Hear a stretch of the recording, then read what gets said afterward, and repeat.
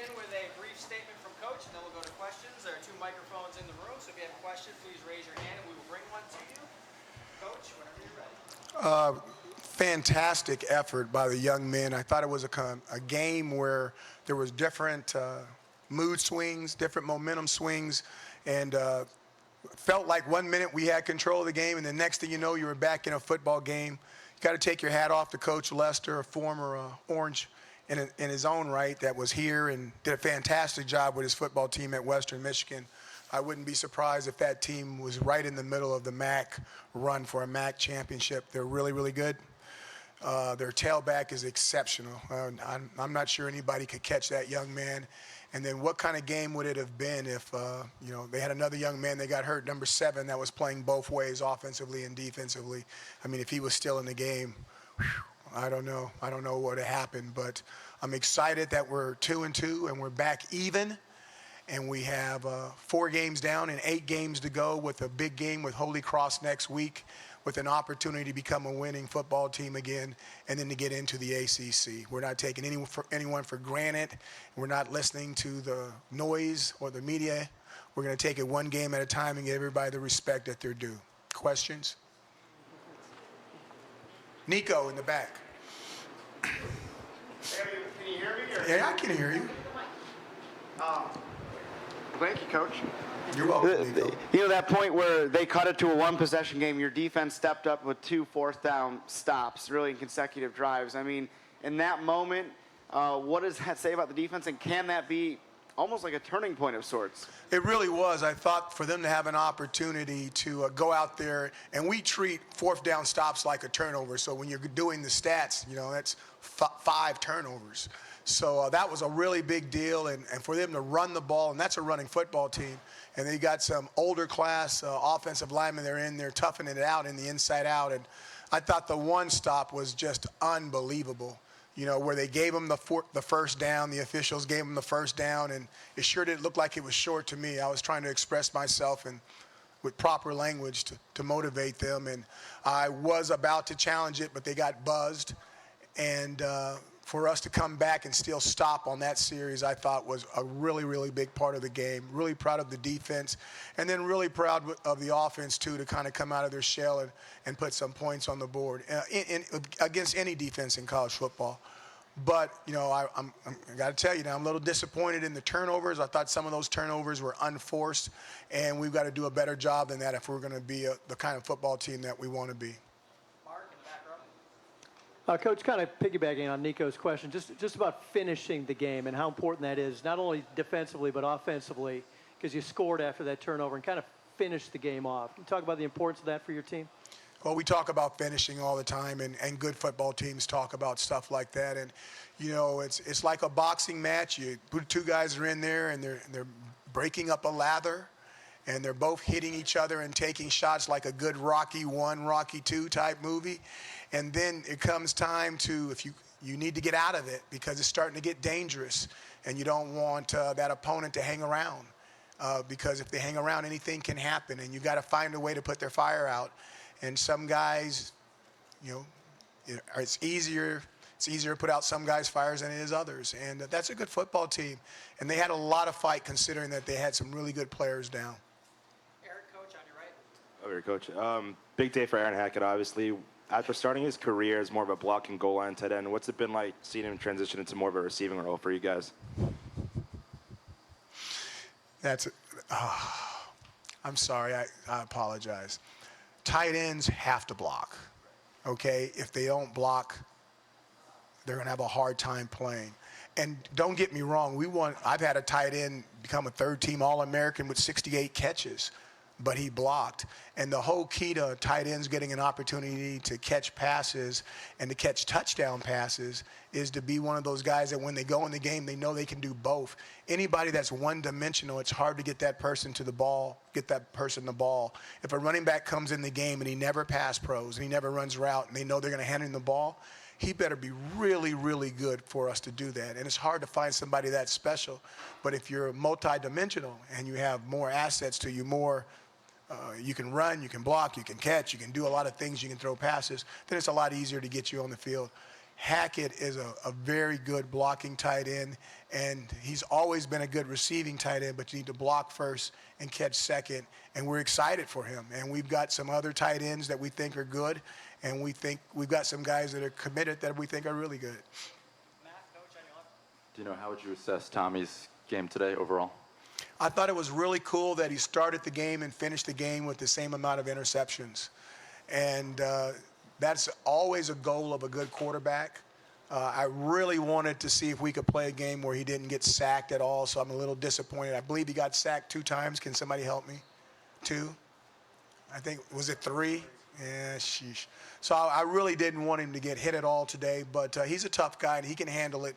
So we'll go back and work on that sack thing again, but I thought he had some growth today, and I thought he did a nice job.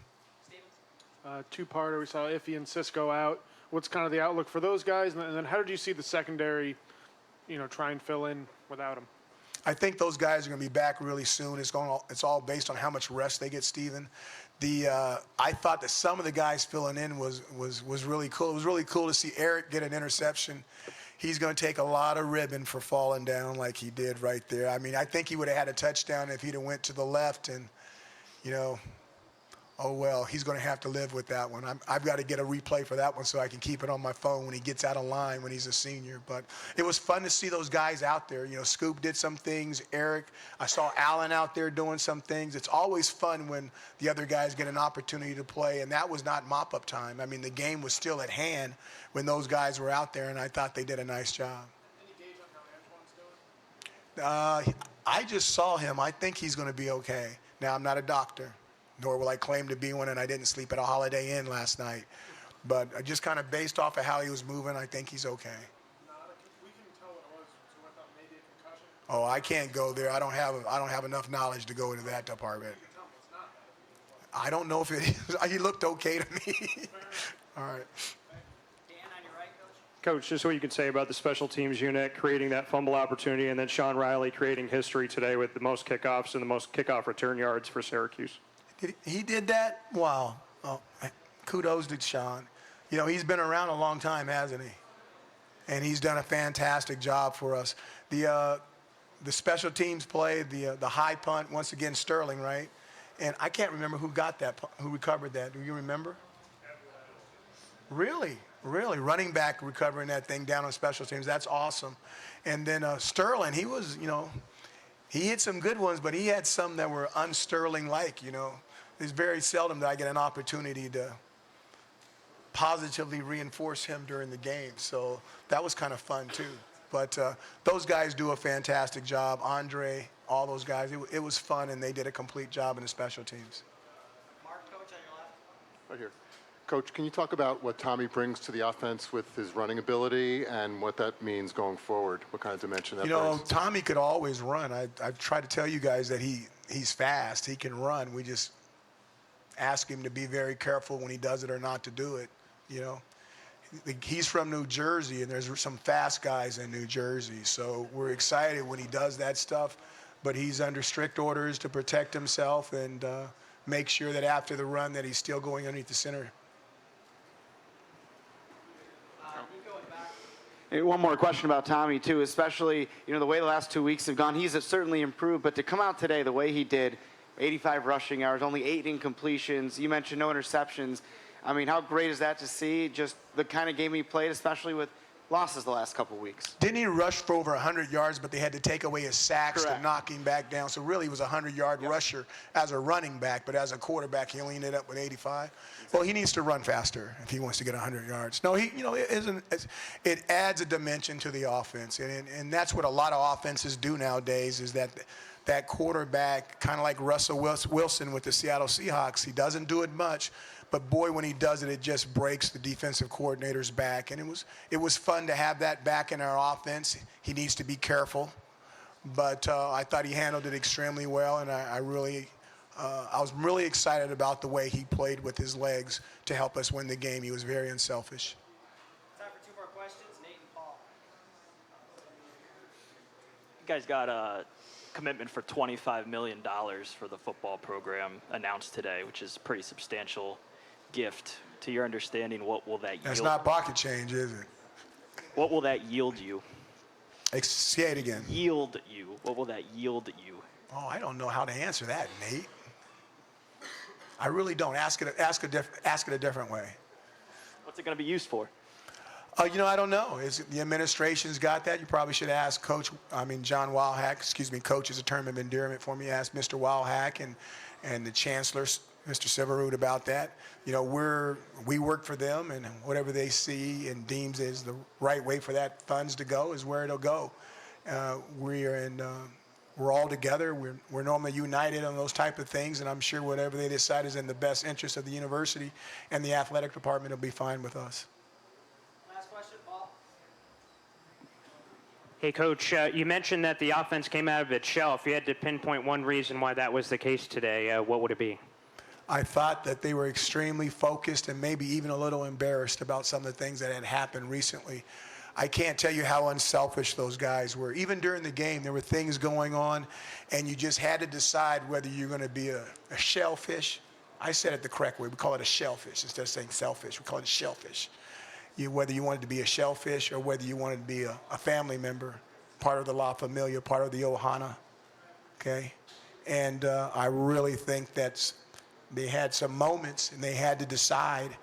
And I want to say that they all decided the right way, and they thought about the orange on the front of their chest and not their names on the back. I'm really proud of them about that.